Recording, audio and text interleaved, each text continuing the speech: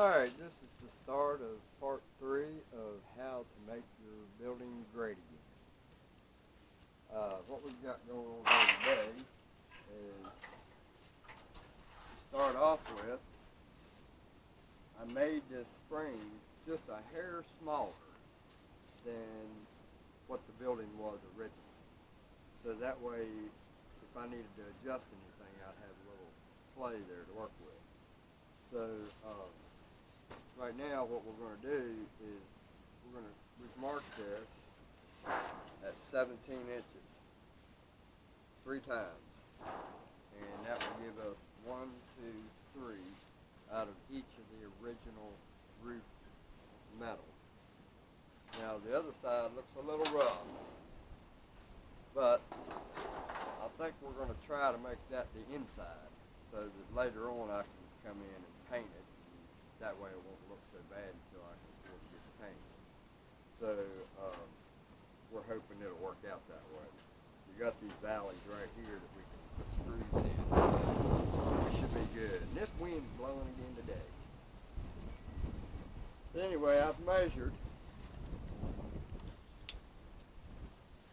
17 inches, and that's where I got that mark. And we're going to go ahead and start cutting these up and putting them around the frame. Starting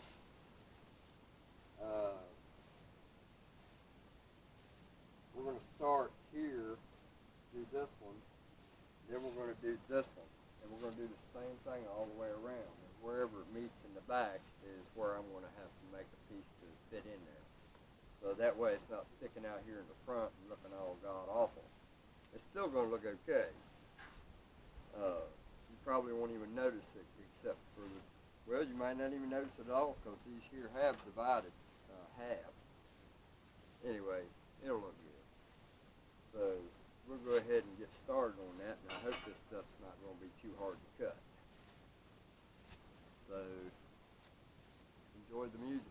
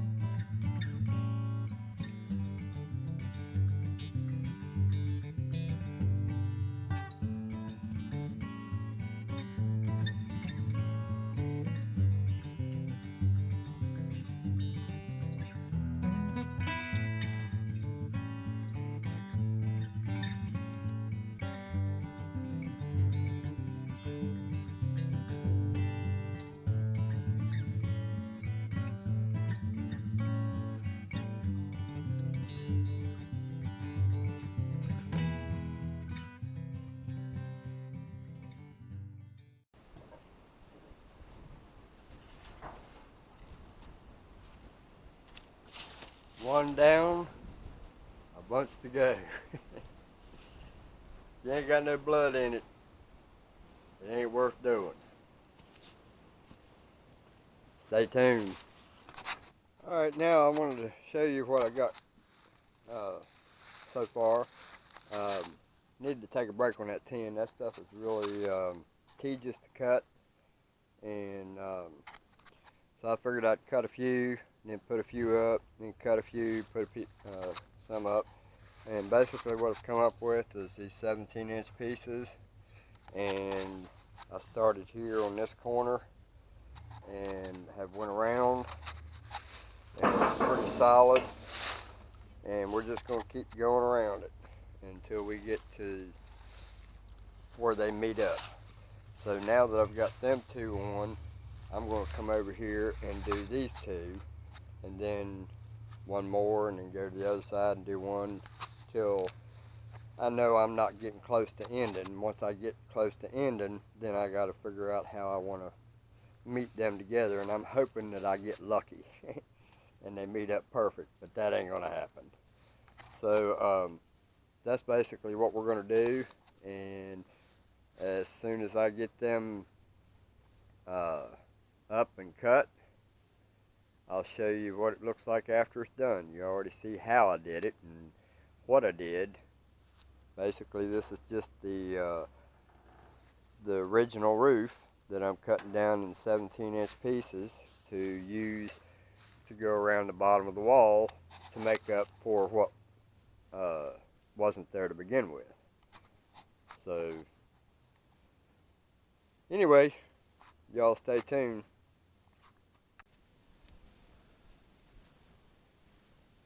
Alrighty then, we've got that part done.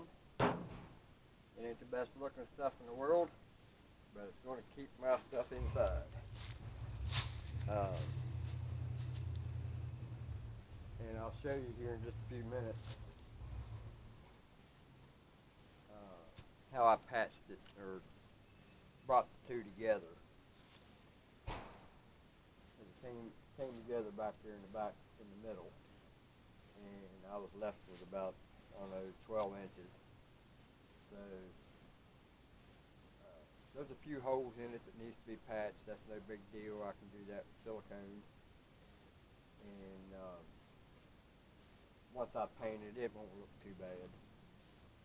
It could look worse, because you can see on the inside there what it looks like. It's all rough. The good part is it's only surface rust. So I'm going to take you off tripod here and see if we can't give you a roundabout. Yeah, we just went all the way around it. And as you can see, they overlap each other. And then you go skip one and go to the next one, it overlaps. One, skip it. So this goes all the way around. And I think they were like 27 inches wide. So that helped me a lot too, because they were so wide. So then when I got to this part, I did the same thing here and ended up with one line. It would have been nice if that line would have landed right there. It would have been in the center. But anyway, that works pretty good. And yeah, we've got some holes there that needs to be patched. That's where the bolts used to hold it that they never used, it looks like. So there was never a bolt put in there. And got us a daggone knot here. That's a messed up looking knot. So the bottom will get some sort of flashing. I'm not ready to tackle that yet, but that's just as simple as take these screws on the bottom loose, slide my piece up in underneath there, bring it down, fold it over, or just bring it down to where it's just maybe a, I don't know, a 1/4 inch below, and just kind of tap it up a little bit, make it, give it some strength long ways. And that should make a nice base. And then the next thing we do, I'll go ahead and put you back on the tripod, is see if we can't figure out how the rails are going to go. Because it's a little smaller than what it was before. So I'm hoping that I can get this to go on there to where this here hangs over top of what I've already got. That way I can just take some silicone around the bottom of the edge of it. And I believe that will work.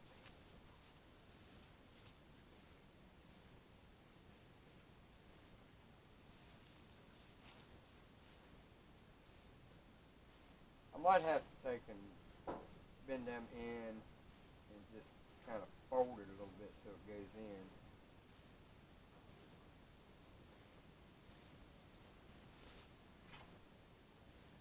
It almost overlaps it.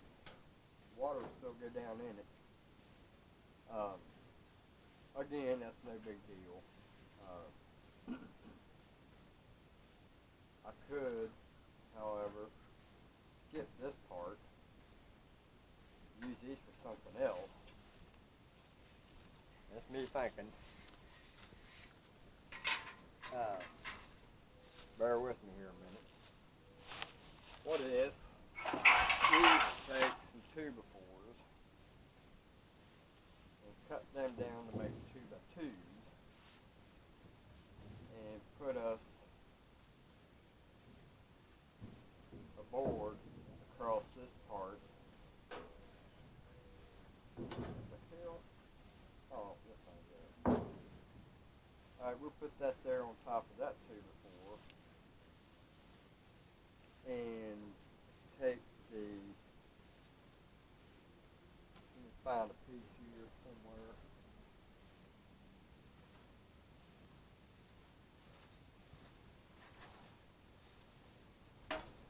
Alright, this is what I cut off of that right there, and I got them 3 pieces out of. What I'm thinking, maybe if I just use your 2x2s, and it doesn't matter if they're all long or not, you can space them however. That's not the main part as long as it's strong. And then I can take and overlap that, because I'm pretty sure the side pin is exactly the same pin as this. So I don't see any reason why I couldn't take and overlap that, just like that, and then take these screws out, overlap it, and then put them screws back in. And I could do that maybe 1 inch or 1/4 inch, an overlap. I just don't see these being all that practical, and I can probably use them somewhere else, like maybe for a shelf. Who knows? I can use them for something. And then it's a good possibility that I can cut a piece of this off to go in the middle of the door for a threshold. I don't know, it might be too high and I'll trip over it every time I mean, it's just an idea.